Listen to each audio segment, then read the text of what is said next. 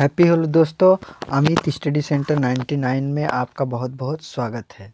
यदि आप क्लास 12 में हैं और आपका सब्जेक्ट इतिहास है तो आप में एक महत्वपूर्ण टॉपिक है जो कि 5 नंबर में पूछा जाता है। महाभारत पर एक संक्षिप्त टिप्पणी लिखिए। तो यहाँ पर ये चीज़ पूछा जाता है किसके बारे में? महाभारत के बारे में। तो महाभारत क्या होता है इसके बारे में आपको बताना है। तो पहला क्वेश्चन हम ये बता देते हैं आपको कि महाभारत की रचना किसने किया। तो जो महाभारत को लिखा था वह लिखे थे महर्षि वेदव्यास। और रामायण पूछेगा किसने लिखा तो महर्षि वाल्मीकि ने लिखा।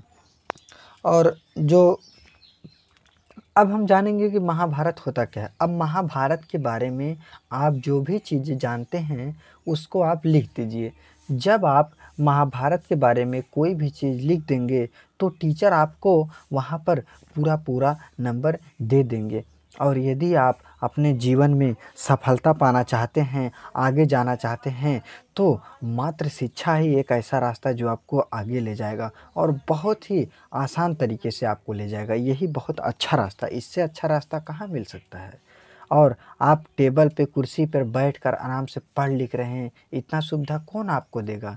कहीं काम करने जाएंगे कुछ न कुछ लोग बोलते रहेंगे और तब भी काम करना पड़ता है। इसीलिए अपने उम्र का सही उपयोग करो। तो महाभारत पर एक संक्षिप्त टिप्पणी लिखिए। महाभारत एक गतिशील ग्रंथ है। महाभारत क्या है? एक गतिशील ग्रंथ है। मतलब कि यह महाभारत जो है वह चलता रहता है। मतलब जो भी पीढ़ी आती जाती है महाभारत चलता रहता है, इसको रोका नहीं जा सकता क्योंकि ये सब धार्मिक चीज़ें हैं। इसकी कहानी एक ही कुटुंब के दो परिवारों की कहानी है। एक ही कुटुंब के दो परिवारों की कहानी, मतलब एक ही पाटीदार थे और उनके दो परिवारों की कहानी है। एक ही कुटुंब के दो परिवारों की कहानी है।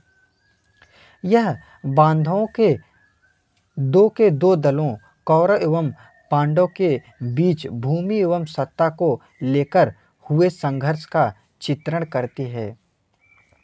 बांधवों के दो दलों मतलब कोई गांव था, वहाँ के दो दल थे। एक दल था कौरव और एक दल था पांडव।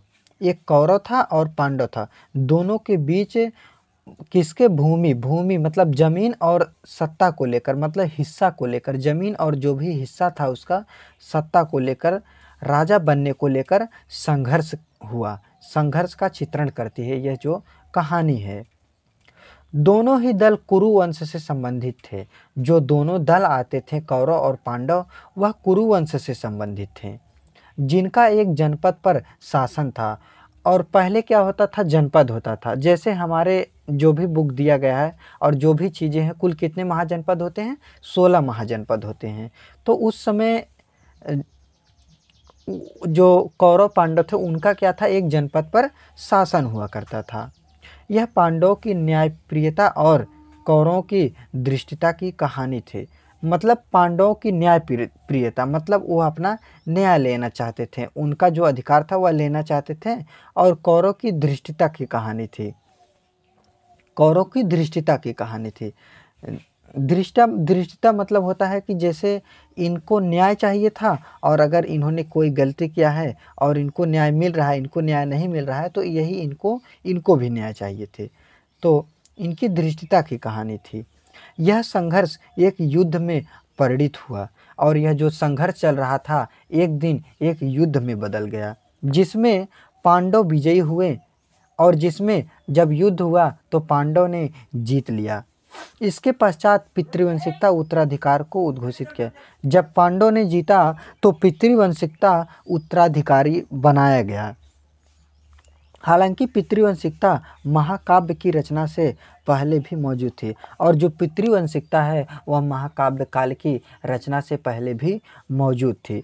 तो ये रहा महाभारत पर एक संक्षिप्त टिप्पणी और इसी में आपको समझकर लिख देना है। आपको 5 नंबर पूरा मिल जाएगा। हैप्पी होली दोस्तों। मेरा वीडियो देखने के लिए धन्यवाद। लाइक, सब्सक्राइब, शेयर, कमेंट ज़रूर करें।